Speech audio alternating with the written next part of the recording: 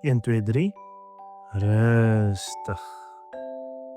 Welkom by nog 'n Storybeer storie. Luister lekker saam.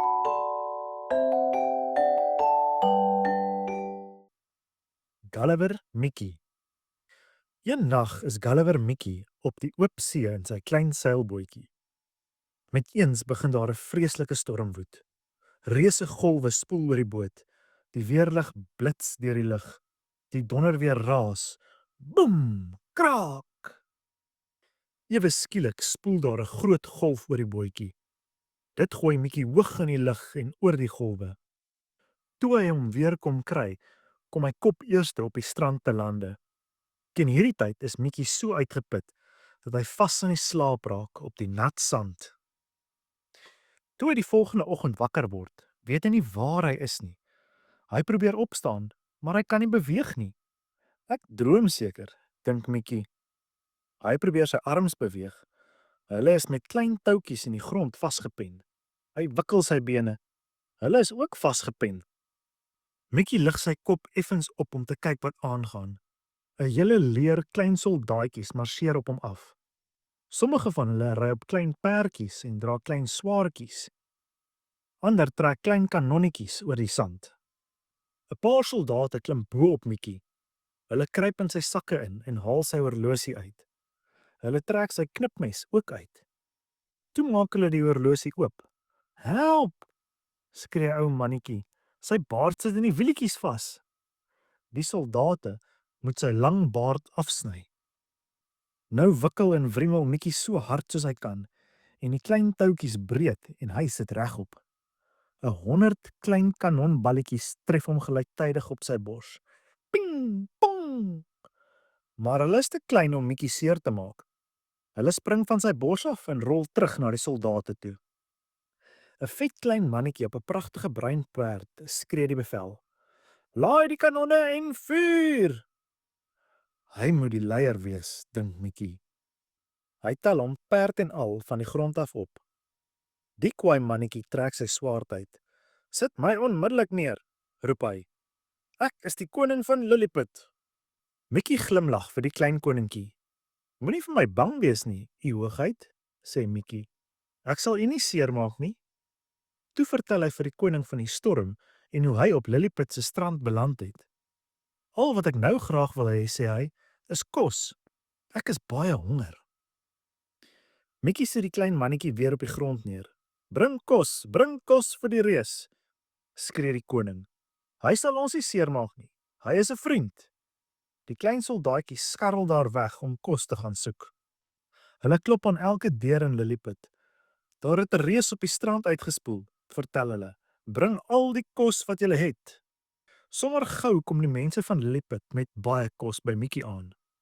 Hulle bring waans vol kaas en mandjies vol brood. Hulle het sakke vol vrugte en emmers vol melk. Mickey raap al die kos op soos die mense verbykom. Hy is rasend van die honger en hy eet alles op.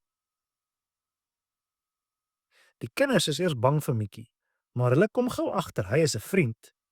Mickey speel elke dag met die kinders. Hy maak wipplanke oor sy skoene en speel hasie oor op sy vingers. Hulle speel wegkruipertjie in sy sakke. Hulle klim tot bo by sy knieë en gly af by sy bene. Een oggend gaan Mickey strand toe om alleen te wees. Hy wil dink. Hy is nou al vir weke in Lilliput en die mense van Lilliput is baie goed vir hom. Maar Mickey is eensaam. Hy verlang na sy eie huis ver oor die see. Hy dink aan al sy ou vriende. "Ek wens ek kan hulle weer sien," sê hy. Skielik skree die wag op die toring. "Ahoy! Vyandskepe op pad hiernatoe." Die koning se soldate spring dadelik aan die werk. 'n Paar van hulle klim op hulle perde en trek hulle swaarde uit. Ander rol die kanonne uit en begin hulle laai. Mickey hoor die wag se noodkreet. "Ek sal julle help," roep hy.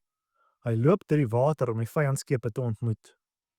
Die klein bootjies kom nader en nader en hulle begin hulle kanonne afvuur. Ping, pong! Die klein balletjies spring van Mickey se bors af. Hy voel niks nie. Mickey trek sy asem baie diep in. Toe begin hy blaas en blaas. En hy blaas met al sy mag. Woe! Hy blaas die vyandskepe terug in die diep see in. Niemand het hulle ooit weer gesien nie. Toe Mickey terugkom, juig al die mense van Lilliput. Jy het ons land gered, sê die koning dankbaar. Nou moet ons iets vir jou doen. Wat wil jy die graagste in die wêreld hê? Wat is jou grootste wens? Julle was almal baie goed vir my, sê Mickey. Maar ek verlang na my eie land. My grootste wens is om huis toe te gaan. Miskien kan ons jou help om dit te doen, sê die koning. Die mense van Lilliput werk vir 2 volle dae aaneen. Hulle kap bome af en sleep hulle na die strand toe. Hulle maak lang toue. Hulle kap boomstompe middeldeur. Hulle kap en saag en meet. Hulle werk meters en meters lakens aan mekaar vas om 'n reuse seil te maak. Toe maak hulle die seil aan 'n lang paal vas en hys dit in die lug op. Toe hulle kant en klaar is, wys hulle vir Mickey wat hulle vir hom gebou het. Dit is 'n vlot. Nou kan hy weer huis toe gaan. O, baie dankie, sê Mickey verleë. Die mense van Lilliput laai hulle roeibootjies vol met balies kos en water. Hulle laai alles op die vlot en Mickey klim aan boord. Die klein koningkie staan aan wal en groet vir Mickey. Ons sal vir Mickey mis, dink hy treurig. Mickey waai vir die mense van Lilliput totsiens terwyl hy op die see uitvaar. Hy is hartseer om sy nuwe vriende agter te laat, maar hy is baie bly dat hy uiteindelik op pad huis toe is. Fluit, fluit, my storie is uit.